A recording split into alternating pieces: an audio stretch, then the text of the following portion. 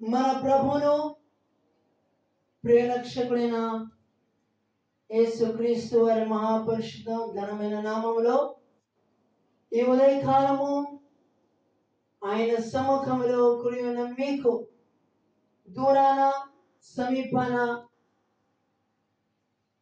దేవుని శక్తిగల మాటలను ఆలకిస్తున్న మీకు నా హృదయపూర్వకమైన వందనాలు తెలియజేసిన మన పరిశుద్ధ గ్రంథం నుండి అపోస్తల కార్యములు 9వ అధ్యాయము 18 నుండి 27వ వచనముల వరకు మనము ధ్యానించుకుందాం. అపోస్తల కార్యములు 9వ అధ్యాయము 18 నుండి 27వ వచనముల వరకు మనము ధ్యానించుకుందాం.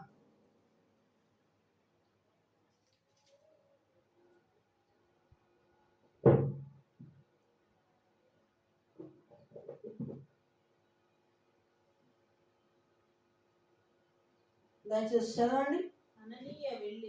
అననీయ వెళ్ళి ఆ ఇంట ప్రవేశించి అతని మీద చేతులుంచి సౌలా సహోదరుడా నీవు వచ్చిన మార్గంలో నీకు కనబడిన ప్రభు అయిన యేసు నీవు దృష్టి పొంది పరిశుద్ధాత్మతో నింపబడినట్లు నన్ను పంపి ఉన్నాడని చెప్పాను. అప్పుడే అతని కనుల నుండి పొరల వంటివి రాలగా దృష్టి కలిగి లేచి బాప్తిస్మము పొందెను. తరువాత ఆహారము పుచ్చుకొని బలపడెను. ప్రియులారా గమనించండి,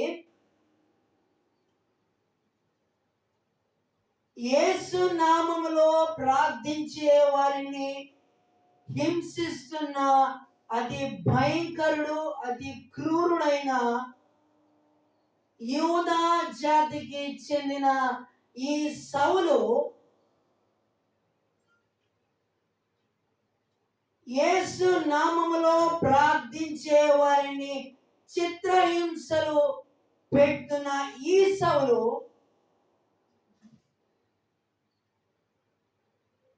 తన గురువు దగ్గర యేసు నామములో ప్రార్థించే వారిని చిత్రహింసలు వారిని ఇక్కడ లేకుండా చేయాలని ఒక సిఫారసు పత్రాన్ని అంటారు అప్పట్లో. ఇప్పుడు పర్మిషన్ లెటర్ అన్నారు, అవునండి. ఇప్పుడు పర్మిషన్ లెటర్ అన్నారు. అప్పట్లో సిఫారసు పత్రాన్ని నాకు కావాలి అని తన గురువు గారి దగ్గర వెళ్ళినప్పుడు వెంటనే ఆ గురువు గారి దగ్గర నుండి ఆ పత్రాన్ని తీసుకొని సౌలు తన సైన్యముతో గుర్రాల మీద వెళుతున్న సమయంలో అది ఏ పట్టణం చూడండి, 9వ అధ్యాయంలో మనం చూస్తే ఒక పట్టణంలో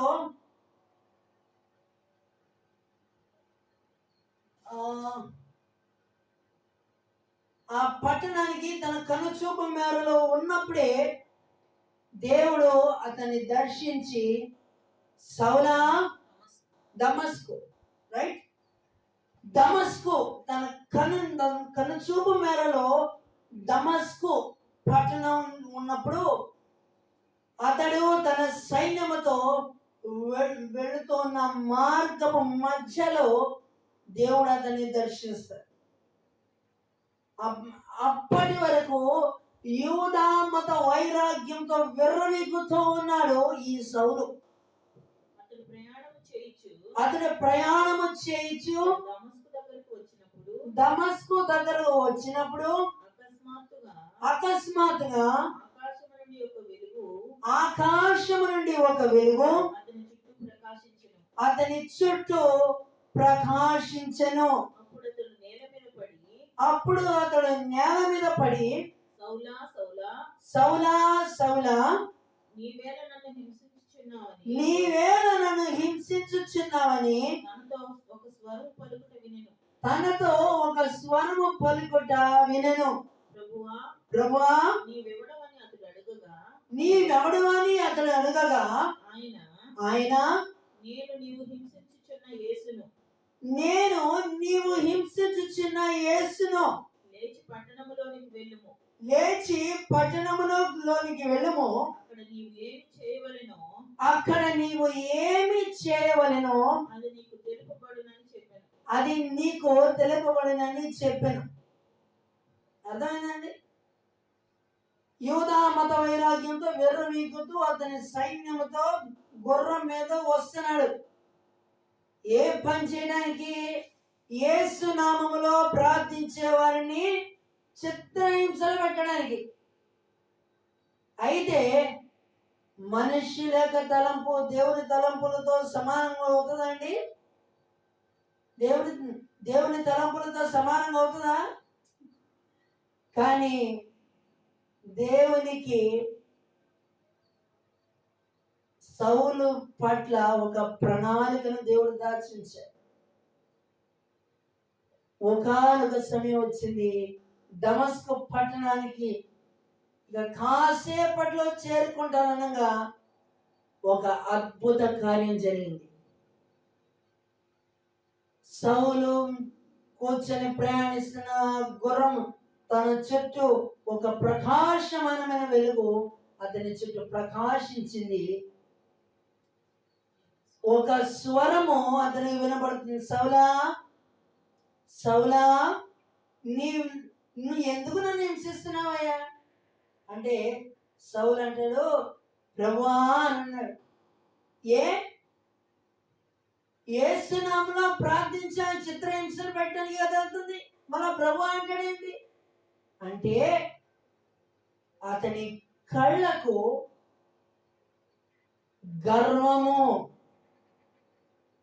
గర్వం అనే పొరలో చూశారండి. కొంతమంది ఉంటారు తమకు ఎంతో కలిగి ఉన్న దాన్ని బట్టి తమ అంతరంగాల్లో గర్విస్తూ ఉంటారు. అన్నీ ఉన్నా గర్వమే, లేకపోయినా ఏంటది? గర్వమే. అన్నీ ఉన్నా గర్వమే, లేకపోయినా గర్వమే. నాశనములకు ముందు గర్వము నడిచెను, పడిపోవటకు ముందు అహంకారం. ఎవరిని ఎదిరించి ఎవరి మీద దాని కృపను అనుగ్రహిస్తాడండి? దేవుడు అహంకారులను ఎదిరించి దీనికి తన కృపను అనుగ్రహిస్తాడు. ఇక ఒక్కసారి గమనించండి, సౌలు అహంకారముతో గర్వంతో విర్రవీగుతో యేసు నామములో ప్రార్థించే వారిని భయంకరంగా చిత్రహింసలు పెట్టడానికి తన సైన్యముతో బయలుదేరితే దేవుడు ఊరుకుంటాడా? దేవుడు ఊరుకుంటాడండి? అవకాశం ఇవ్వలేదు. ఆయన ప్రేమ ఎట్లాంటిదంటే ఎంతటి బద్ధశత్రువునైనా ఆయన ప్రేమించే మనసు.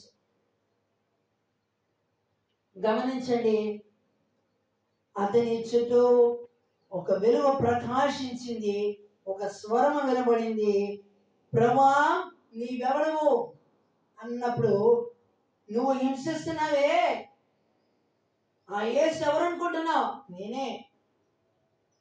లేచి పట్టణానికి వెళ్ళు, అక్కడ నువ్వేం చేయాలి నేను చెప్తాను వెళ్ళు అన్నప్పుడు అతనితో ప్రయాణము చేసిన మనుషులు ఆ స్వరము వినిరి గాని ఎవరిని చూడక మౌనులై నిలబడ్డారు. సౌలు నేల మీద నుండి లేచి కన్నులు తెరచినను ఏమీ చూడలేకపోయేను గనుక వారతని చేయి పట్టుకొని దమస్కులోనికి నన్ను నడిపించారట. అతడు 3 దినములు చూపులేక అతడు 3 దినములు చూపు లేక అన్నపానములేమీ పుచ్చుకొనకుండెను. అన్నపానములేమీ పుచ్చుకొనక ఉండెను. ఒక పూట అన్నం తినకపోతేనే మనకి నీరసం చెడ్డం పడతాం, కానీ 3 రోజులు ఒకసారి ఆలోచించి ఎంత నీరసించిపోయి ఉండంటాడు. అర్థమైందండి? ఇప్పటిదాకా నేను నాది గొప్ప, నేను గొప్ప, నేను గొప్ప, నేను గొప్ప అని డబ్బాలు కొట్టాడు. చివరికి ఏమైంది? ఒక్క దెబ్బతో పడగొట్టాడు. వెలుగు ప్రకాశించింది, గుర్రం నుంచి కింద పడ్డాడు. గమనించండి, నాకు అన్నీ ఉన్నాయి, అంత సామర్థ్యం ఉంది, అంత తెలివితేటలు ఉన్నాయి, నాకు అన్నీ ఉన్నాయని విర్రవీగేవారని దేవుడు గమనిస్తాడు. సరే చెయ్యి, కానీ కొంత సమయం ఇస్తాడు. దేవుని ప్రేమను కనపరుస్తూ ఒక పక్కన దేవుని ప్రేమను కనపరుస్తూ ఒక పక్కన గమనిస్తూ ఉంటాడు. ఒక సమయం వస్తుంది, ఎవరికి చెప్పాల్సిన మంచి పాఠం సౌలుకి చెప్పలేదా ఏమండి? యూదా మత వైరాగ్యంతో విర్రవీగుతున్న సౌలుకే మంచి పాఠం చెప్పాడు. ఓరబ్బాయి, యూదా మత వైరాగ్యంలో ఉన్నావు, ఏసాలు నా బిడ్డలని నువ్వు హింసిస్తావా?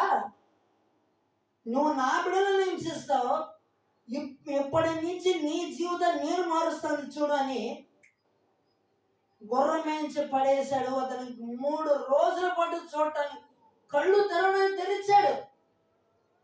Is unable to look. అర్థమైందండి? కళ్ళు తెరవడానికి తెరిచాడు, కానీ చూపు లేదు. గర్వపు పొరలు కమ్ముకుపోయి ఉన్నాయి. ఈ రోజున మంచి చెడు విచక్షణ జ్ఞానం లేకుండా తమ స్థితిని చూచి, తమకున్న వైరాగ్యాన్ని చూచి, తమకున్న హోదాన్ని చూచి, తమకున్న సకల సౌకర్యాలను చూచి గర్వంతో అహంకారంతో విర్రవీగుతూ ఉంటాడు. అది ఎప్పటికీ క్షేమం కాదు. ఎప్పుడైనా క్షేమం అది?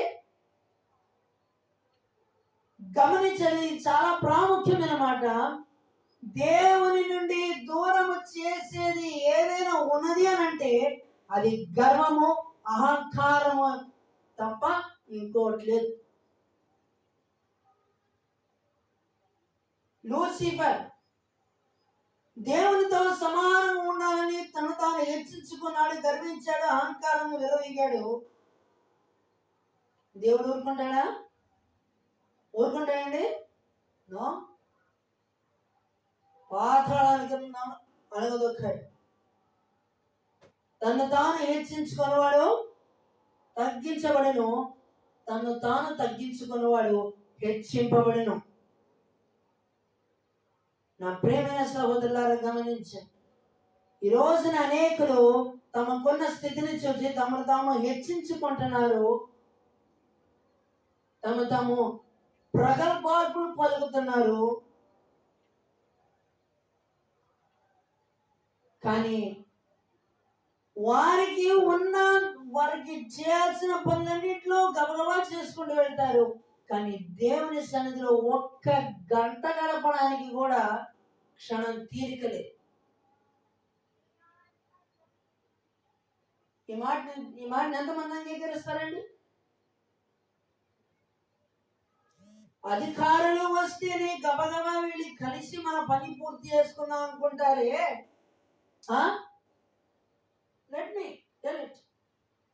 అధికారులు వస్తే గబగబా వెళ్ళి మనం పూర్తి చేసుకుని వద్దాం వెళ్తారే. కానీ ఈ అధికారులను ఏర్పరిచిన సర్వాధికారి అయిన దేవుని మందిరంలో ఒక్క క్షణం గడపడానికి సమయం లేదా?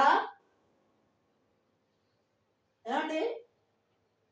పరలోకమందును భూమి అందును నాకు సర్వాధికారము నియమించబడి ఉన్న సర్వాధికారి అయిన దేవుని మందిరంలో వచ్చి ఒక్క గంట కూర్చొని మన హృదయంలో ఉన్న బాధ, వేదన, భారం అంతా దేవుని మందిరంలో కుమ్మరించుకొని దేవుడిచ్చే సంతోషాన్ని, ఆనందాన్ని పొందుకొని వెళ్దామని ఒక్కడికి కూడా ఈ రోజున ఆలోచన అనేది లేకుండా ఉంటున్నారంటే ఇంతగా మించిన దౌర్భాగ్యము పరిస్థితి మరొకటి ఉంటుందా?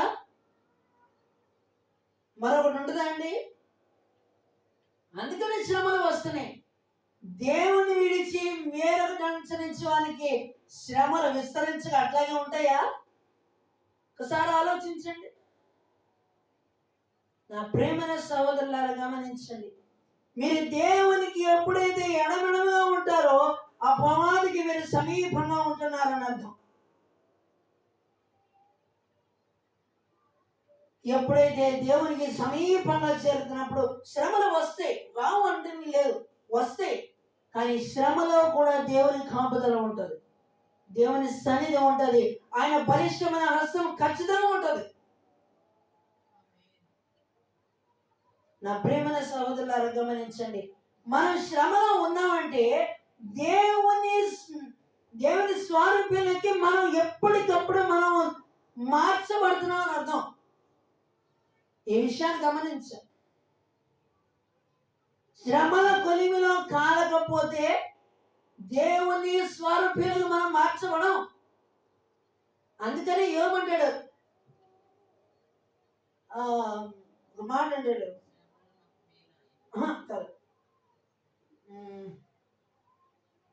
ఒక పాట కూడా ఉంది, శోధింపబడిన మీదట నేను సువర్ణము వలె మారి తిని. ఎప్పటికప్పుడు మన దేవునికి సమీపంగా చేరినప్పుడు అపవాదికి నచ్చదు. ఏదో ఒక విధంగా ఎన్ని విధాలుగా ఆటంకాలు, అడ్డుపంటలు పెడుతూనే ఉంటాడు. వీటిని లెక్క చేయకుండా దేవునికి సమీపంగా చేరి నేను ఒక్క గంటనే దేవుని మందిరంలో గడపాలి అనే ఆసక్తి, ఆ తపన ఎవరికి ఉంటుందంటే దేవునికి సమీపంగా జీవించే వారికి మాత్రమే ఉండదు. అవునా? అందుకనే 122వ దావీదు కీర్తన మొదటి వచనాలు కనుక మనం చూస్తే 122వ దావీదు కీర్తన మొదటి వచనం దయచేసి చదవండి. 122వ దావీదు కీర్తన మొదటి వచనం. యెహోవా మందిరమునకు వెళుదమని జనులు చెప్పుకొనుచుండగా, జనులు నాతో అన్నప్పుడు నేను సంతోషించి తిని. దేని విషయంలో సంతోషించారు? దేవుని మందిరానికి జనులు వెళుతున్నారనే విషయం నా చెవిన పడినప్పుడు సంతోషించారు. ఇది ఎట్లాంటి సంతోషం అంటే ఈ లోకంలో ఉన్న తాత్కాలికమైన సంతోషం కాదు. దేవుని మందిరంలో ఒక్కసారి అడుగు పెట్టి హృదయంలో ఉన్న భారమంతా దేవుని మీద వదిలిపెట్టినప్పుడు నీ ప్రాణానికి విశ్రాంతి దొరుకుతుంది. అందుకనే కదా ప్రయాసపడి భారము మోయించిన సమస్త జనుల నా ఎద్దుకు రండి, నేను మీకు విశ్రాంతి కలుగజేస్తానని చెప్పింది. ఆయన వచ్చింది దేనికి? పాప భారముతో మోస్తున్నారు వారికి విశ్రాంతి అవసరము, వారికి విడుదల అవసరము. ఈ రోజున ఉదయ కాలంలో అనేక మంది నానా విధములైన బంధకాలలో బంధించబడి ఉన్నారు. అనేక శ్రమలలో అనేక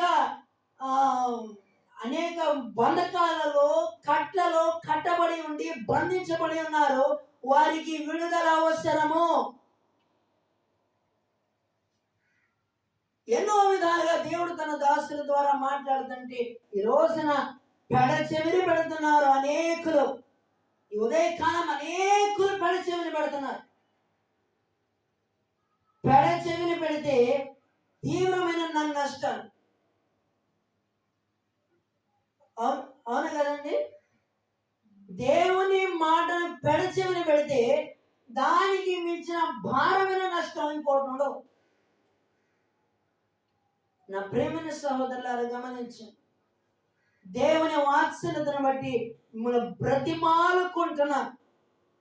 ఎన్నాళ్ళ వరకు మీరు జీవించిన జీవితంతో చాలు, అది గతం. ప్రభువు మిమ్మల్ని ఆయన తన చాచిన హస్తాలతో అని మిమ్మల్ని పిలుస్తున్నారు. ఇప్పటికైనా నా కుమారుడా, ఎప్పటికైనా నా దగ్గర రా. నీ ప్రాణానికి నేను విశ్రాంతినిస్తాను. నీకు అమ్మా పిమ్మట అతడు దమస్కులో ఉన్న శిష్యులతో కూడా కొన్ని దినములు ఉండెను. వెంటనే సమాజ మందిరములలో యేసే దేవుని కుమారుడని ఆయనను గూర్చి ప్రకటించుచు వచ్చెను. అర్థమైందండి? అప్పటి వరకు యూదా మత వైరాగ్యంతో విర్రవీగుతున్న సౌలు, దేవుడు అతన్ని దర్శించి అననీయతో మాట్లాడి అననీయను సౌలు దగ్గర పంపించి అతని కళ్ళకు పట్టిన పొరలను రాల్చినానంటే, కళ్ళకు పట్టిన పొరలు అంటే ఏంటి? గర్వం అనే పొరలు రాలిపోయినాయి. అప్పుడు వాస్తవాన్ని గ్రహించి, అయ్యో ఇన్నాళ్ళ వరకు నేను హింసించింది యేసు నామములో ప్రార్థించేవారునా, ఇన్నాళ్ళ వరకు నేను హింసించింది ఆయన నామములో ప్రార్థించేవారునా, చిత్రహింసలు పెట్టిన వారునా అని అప్పుడు గ్రహించి యేసే దేవుని కుమారుడని సమాజ మందిరములలో ప్రకటిస్తూ వస్తున్నాడు. అప్పటి వరకు సౌలు అంటే వణిగిపోయేవారు, ఈ రోజున యేసే దేవుని కుమారుడు అంటే ఎట్లా ఉంటుందో ఒక్కసారి చూడండి. ఈ రోజున అనేకులు, చాలా మంది ఒకసారి గమనించారు, అప్పటిదాకా తాగి తందనాలాడి నోటికి ఇష్టం వచ్చాడు బూతులు తిట్టిన మనిషి, దేవుడు అతని దర్శించి ఒక్కసారి బైబిల్ పట్టుకుంటే ఈ వింతగా చూసి అలా ఉంటారు చూడండి. ఈ వింతగా చూసి వాళ్ళు ఉంటారే, విచిత్రంగా చూస్తారు. జూలో జంతువుని కొత్తగా తీసుకొని వచ్చినట్టు చూస్తూ ఉంటారు. బైబిల్ పట్టుకుని అంటాడు, అబ్బో బయలుదేరాడు పెద్ద భక్తుడు అని అంటారు. చెడిపోతున్నప్పుడు ఒరే నీకు అది మంచిది కాదురా, నువ్వు మానుకోరా అని చెడిపోతున్నప్పుడు మాట్లాడని నోళ్ళు బైబిల్ పట్టుకున్నప్పుడు నోళ్ళు ఎగుస్తున్నాయి. ఏంటి దానికి అర్థం? వీడి చెడింది కాక ఇంకోటి చెడగొట్టే రకాలు అనమాట. అవునా కదండి? వీడి చెడింది కాక పక్కన కూడా చెడగొట్టే రకం. ఇది ఎట్లా ఉందంటే పీతల కథ ఎప్పుడైనా విన్నారండి? ఒక పీత బాక్స్ లో నుండి బయటికి వెళ్తుంటే ఇంకో పీత బయటికి వెళ్ళి పీతను పట్టుకుని వెనక్కి లాగుద్ది. గమనించిన ప్రస్తుతం సమాజంలో మనుషులు ఇలాగే ఉన్నారు. అరే ఆ మనిషి అన్ని బాధల నుండి దేవుని దగ్గర మొరపెట్టుకొని ప్రార్థించి ఆ బాధల నుండి, ఆ శ్రమల నుండి, ఆ కష్టాల నుండి బయటకు వచ్చి ప్రార్థనకి వెళ్ళి బైబిల్ చేత పట్టుకొని వెళ్తుంటే వెనక్కి లాగే వాళ్ళు ఉంటారే. ఒకసారి ఇట్లాగే ఒక సహోదరు ఇట్లాగే మోకాళ్ళ ప్రార్థన చేస్తుంటే మారు మనసు లేని అయ్యి గారి వెనకాల నుంచి ఏచి కాదు పటాను కొట్టాడు. గమనించండి, కారుతో పెట్టి పెట్టమని కొడితే ఏమైంది? మరుసటి రోజు ఈ ఎలక్షన్ల డ్యూటీ కానీ వేశారు. అక్కడంతా గందరగోళాలు ఉంటే ఈ అయ్యగారు గబగబా పరిగేసుకుంటే ట్రాక్టర్ కాలు మీద ట్రాక్టర్ ఉందో కాలు కింద ఆలాడుతూ ఉంది. ఓ నాయన గందరగోళం ఉంటే నా రౌడీ షీటర్ కలిసి వేసి కాలు పటామని కొట్టారంట. చూడండి, దేవుని బిడల వస్తే పరిస్థితులు ఎట్లా ఉంటాయి ఒక్కసారి గమనించు. పాపం కొట్టాడు. కొట్టిన తర్వాత పరిస్థితి ఏ గారిని తీసుకెళ్ళి హాస్పిటల్లో పెట్టి కట్టు కట్టి ఏలాడు తీసి ఆ ఇంట్లో వాళ్ళకి ఫోన్ చేశారు. అమ్మా, మీ ఏ గారిని హాస్పిటల్లో పెట్టారు, ఒకసారి రామ్ వచ్చి చూసిపోదు కానీ అండి. గమనించండి, ఈ అయ్యారే పాపం కాలికి కట్టు కట్టి ఎట్లా ఏలాడు తీస్తారు. ఒరే ఎందుకురా పోయి నువ్వు ఎందుకు వచ్చిందా నీకు తప్పులు అనుకొని ఉంటుంది పాపం. గమనించండి, నీకు విరోధంగా రూపించబడిన ఏ ఆయుధము వర్ధిల్లదు. అంతే, ఆయన సెలవిస్తే ఆయనకు విరోధంగా తలపెట్టిన ఎంతటి వ్యతిరేకమైన ప్రభుత్వమైన అది వర్ధిల్లదు. నా ప్రియమైన సహోదరులారా గమనించండి, దేవుని బిడలను ఎంత మానసికంగా చిత్రహింసలు పెట్టి ఎంత బాధించాడో ఆ సౌలుని దేవుడు ఇప్పుడు పౌలుగా మార్చి ఎంత బలమైనగా ఈనాటి సేవకులకు దైవజనులకు ఒక చక్కటి మాదిరి. అందుకని కదా కొత్త నిబంధనలో 13 పత్రికలను రాసి అనేక సంఘాలను బలపరుస్తూ ఒక చక్కటి మాదిరిగా నిలబడ్డారు. చివరికి తన వృద్ధాప్యంలో నా మట్టుకైతే బ్రతుకుట క్రీస్తే, చావైతే లాభము ఎంతటిగానే తెగించాడు. ఆ తెగింపు, ఆ సమర్పణ, ఆ త్యాగము ఒక సేవకునిగా ఉండాలి. అలా ఉన్నప్పుడే దేవుని మాదిరిని మనం కనపరచగలం. తర్వాత వచ్చి వినిన వారందరూ విభ్రాంతి నొంది యెరూషలేములో ఈ నామమును బట్టి ప్రార్థన చేయువారిని నాశనము చేసిన వాడితడే కాదా, వారిని బంధించి ప్రధాన యాజకుని యొద్ద కొనిపోవుటకు ఎక్కడికి కూడా వచ్చి ఉన్నాడని చెప్పుకున్నారు. అయితే సౌలు మరి ఎక్కువగా బలపడి ఈయనే క్రీస్తు అని రుజువుపరచుచు దమస్కులో ఉన్న యూదులకు కలవరం పెట్టాడు. కలవరం అనే పదాన్ని మనం ఎక్కడ చూసామండి? ఎక్కడ చూసాం? మత్తయి సువార్త 2వ అధ్యాయం. జ్ఞాపకం వచ్చిందండి? ప్రభువారు యూదా బెత్లెహేములో ఆయన పుడతారు అని ఆనాడు శాస్త్రులు తెలియజేసినప్పుడు ఆ హేరోదు రాజు, ఆ రాజ్యంలో ఉన్న వారందరూ, యెరూషలేములో ఉన్న వారందరూ కలవరపడ్డారు. ఎందుకు కలవరపడ్డారండి? ఈయన వచ్చి రాజుగా పరిపాలిస్తే నా రాజ్యం ఆడపోయిద్దో,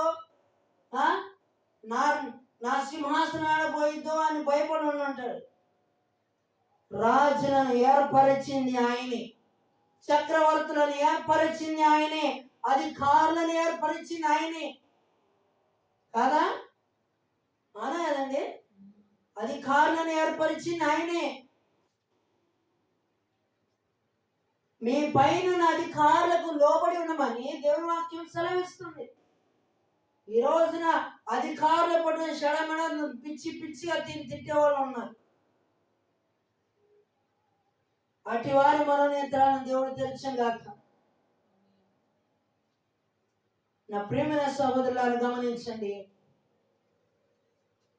ఈ ఉదయకాలమున మీలో ఎంతమంది సౌలు వంటి స్వభావం కలిగి ఉన్నారో నాకు తెలియదు, కానీ ఈ ఉదయకాలమున దేవుని పాదాల దగ్గర చేరి ఆయన సన్నిధిలో కన్నీరు కార్చి ప్రార్థించిన మరుక్షణంలోనే వారి జీవితాల్లో దేవుడు తన అద్భుత కార్యాన్ని జరిగించగల సమర్థుడు. కనుక ఈ ఉదయకాలము ఈ వర్తమానాన్ని విన్న మీరు సౌలు వంటి కఠినమైన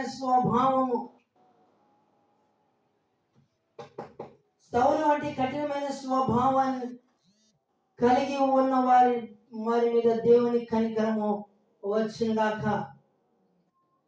దయచేసి స్థలం ఉంచండి, ప్రార్థన చేసుకున్నాం. ప్రేమగల మా తండ్రి, ప్రభువాని స్తోత్రం చెల్లించుకొంచున్నాం. ఈ ఉదయకాలము ఈ వర్తమానము మా హృదయాల్లోకి మేము అన్వయించుకొని మీ సువార్తను మోసుకెళ్ళే క్రీస్తు రాయబారిలో మమ్మల్ని చేయమని,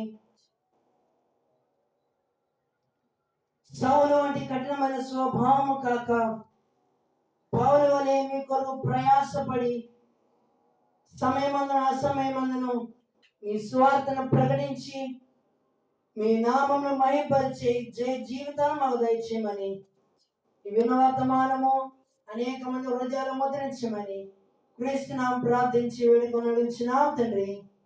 ఆమేన్.